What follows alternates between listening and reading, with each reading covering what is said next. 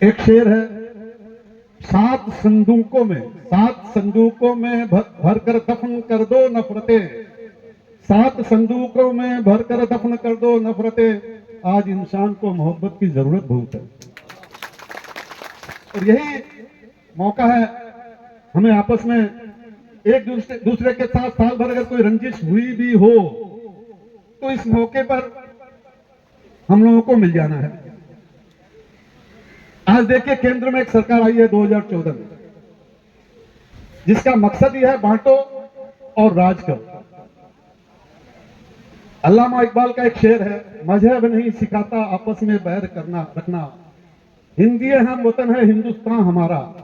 कोई भी मजहब ये नहीं कहता जो आपस में बैर रखो, लेकिन 2014 में जो केंद्र में सरकार आई, आप लोगों को मालूम होगा 2014 के इलेक्शन के पहले जो भी टीवी का चैनल आप घुमाते थे, एक ही आवाज, अब की बार मोदी सरकार, अब की बार मोदी सरकार। कोई भी टीवी का चैनल घुमाइए, क्योंकि सब चैनल को ये मोदी जी के जो लोग थे वो खरीद चुके थे।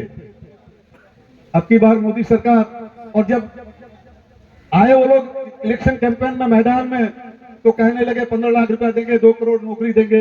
अब तो हम लोगों को बोलने में भी शर्म आती है ये बातें, लेकिन बीजेपी वालों को सुनने में अभी भी शर्म नहीं।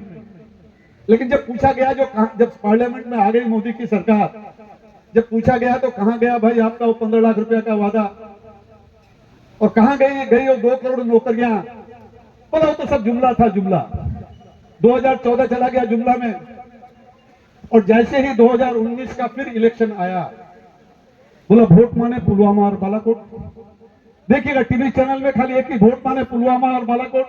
अरे वोट माने पुलवामा और बालाकोट नहीं था, वोट माने था 2014 में आप लोगों ने जो जो वादे किए थे, 2019 तक आप लोगों ने उन वादों को कहां तक पूरा किया। उस वक्त जो राज्यपाल थे उनका कहना था, वो जब रिटायर होकर आए तो उन्होंने कहा कि मैंने उस वक्त की सरकार को कहा था कि 5 एरोप्लेन दे दो, हमको 5 एरोप्लेन दे दो, इस 5 एरोप्लेन से हम एक जगह से सैनिक को दूसरी जगह ले जाएंगे। लेकिन 5 एरोप्लेन नहीं दिया गया। एक आतंकवादी 2.5 कुंटल आरडीएक्स लेके ढुक जाता है उस कन्वॉय में, 40 सैनिक शहीद होते हैं, और उन 40 शहीदों की फोटो लगा के 2019 में फिर वही इलेक्शन जीता गया। और जैसे ही फिर 2024 का इलेक्शन आया, बोला इस बार मोदी जी इलेक्शन जीत जाएंगे राम मंदिर लेके। इलेक्शन में शुरू हो गया वही राम मंदिर का कैंपेन, लेकिन इस बार लोगों ने उनकी चालाकी पकड़ ली।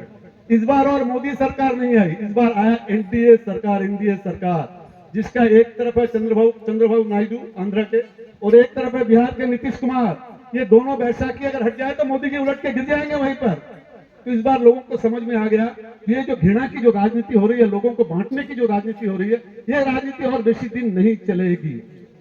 देखिए 2011 के पहले भी एक सरकार थी, बहुत से पुराने साथी है हमारे, 34 साल एक सरकार थी, 34 साल, 1977 से लेकर 2011 तक, जब तक ममता बनर्जी सरकार नहीं आई थी, 34 साल एक सरकार थी। और हमारी उम्र के जो भी यहाँ है उन लोगों को मैं यहां से मंच से कहता हूं, एक भी प्रकल्प का नाम बता दे जो उस वक्त 34 साल में एक भी प्रकल्प किया हो, एक भी ऐसा काम किया हो जो लोगों से का फायदा होता हो। काम क्या हुआ करता था उस वक्त? खाली पार्टी मेंबर, वो पार्टी मेंबर हो गया, वो पार्टी मेंबर हो गया, और अगर पार्टी मेंबर हो गया तो वो तो मिट्टी में चलेगा ही नहीं, वो मिट्टी से 1 फुट ऊपर से चलेगा, तो उसको लोगों से क्या मतलब है। और जैसे ही 2011 में ममता बनर्जी मुख्यमंत्री बनी, 2013 में सबसे पहला काम किया था कन्याश्री, जो विश्वश्री हुआ। वर्ल्ड में 151 देश के प्रतिनिधि, जैसे आप लोग बैठे हुए हैं, सब कोई उसमें बैठे हुए थे, 151 देश के प्रतिनिधि बैठे हुए थे। सबसे ये पूछा गया था जो आप लोग अपने अपने देश में क्या क्या लोगों के लिए क्या क्या काम करते हैं। सब में एक फहरिस्त थी, हम लोग ऐसे ये करते हैं। उस वक्त ये कन्याश्री प्रोग्राम प्रथम स्थान अधिकार किया था। हम लोग बोलते हैं कन्याश्री हो विश्वश्री, विश्व में 1 नंबर। गर्व की बात है हमारे लिए कि एक देश का एक राज्य पश्चिम बंगाल, इसका एक प्रकल्प विश्व में 1 नंबर होता है। उसके बाद देखिए लक्की भंडार, कुछ दिन पहले दिया गया लक्की भंडार, स्वास्थ्य साथी प्रकल्प, कितना प्रकल्प ममता बंदोपाध्याय दिया। ऑपोजिशन वाले बोलते हैं क्या दीचे प्रकल्प की लाभ लेते हैं, लेकिन सब प्रकल्प की सुविधा लेते हैं। ममता बंदोपाध्याय ने सिर्फ पार्टी की तो कोई बात रखी नहीं, कोई पार्टी करे, सबको वो सुविधा मिलना चाहिए, और सबको मिल रहा है।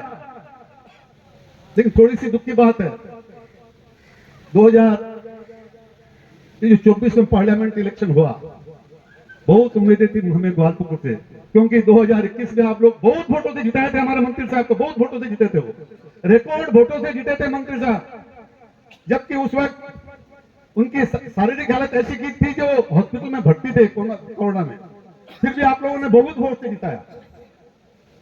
लेकिन इस बार जब पार्लियामेंट इलेक्शन आया तो हम लोगों की कहीं ना कहीं कोई ना कोई कमी रह गई। देखिए, वोट में जिताता है हम लोगों को बूथ कमेटी, हमारा बूथ जितना स्ट्रांग होगा, हम वहां कोई भी इलेक्शन आ जाए वहां उस बूथ में जीतेंगे ही हम। बूथ को स्ट्रांग करना हम लोगों का बहुत जरूरी है। कुछ अंचलों को अहमद राजा हमारे ब्लॉक प्रेसिडेंट साहब बता रहे थे, जो उन लोगों को बदली किया, ठीक है, जो भी पहले थे वो भी रहेंगे, जो उसको बदली किया वो रहेंगे, लेकिन बूथ को मजबूत करना होगा। अंचल ब्लॉक प्रेसिडेंट अगर ये समझे जो हमने अंचल प्रेसिडेंट कर दिया हमारी जिम्मेदारी खत्म हो गई, खत्म नहीं होती। ब्लॉक प्रेसिडेंट की तो जिम्मेदारी शुरू होगी, अंचल प्रेसिडेंट बूथ कमेटी करेगा।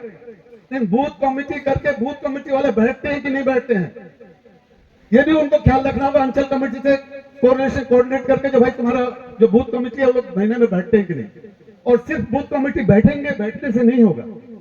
बूथ कमेटी में जो रिजोल्यूशन होगा, चाहे एक ट्यूबवेल का भी रिजोल्यूशन हो, वो बूथ कमेटी वाले जिसको देने बोलेंगे पंचायत उसी को दे।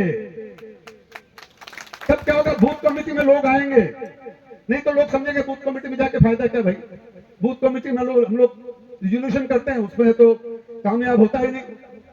इसीलिए यहाँ हमारे अहमद राजा भाई है, बहुत अच्छा ब्लॉक प्रेसिडेंट है, बहुत डायनेमिक है, जैसा सब कोई कह रहे थे, उससे कहूंगा हर बूथ कमेटी करके उस बूथ कमेटी का लिस्ट हमको दे, जो ये बूथ में ये बूथ कमेटी है, अलॉन्ग विथ उसका मोबाइल नंबर से। तो मैं किसी भी बूथ कमेटी में पहुंच जाऊंगा और अहमद राजा को कहूंगा भाई उस बूथ कमेटी का मीटिंग बुलाओ, मैं अमुक दिन वहां आ रहा हूं। इस तरह अगर हम लोग संगठन को चंगा करेंगे तो इंशाल्लाह आने वाले दिन में हम लोग यहाँ से फिर वही 2021 का विधानसभा रिजल्ट फिर यहाँ से वापस लेके आएंगे। ये आज हम लोगों को यहाँ से शपथ लेके आज इस प्रोग्राम से जाना है। आप सबों को बहुत बहुत धन्यवाद।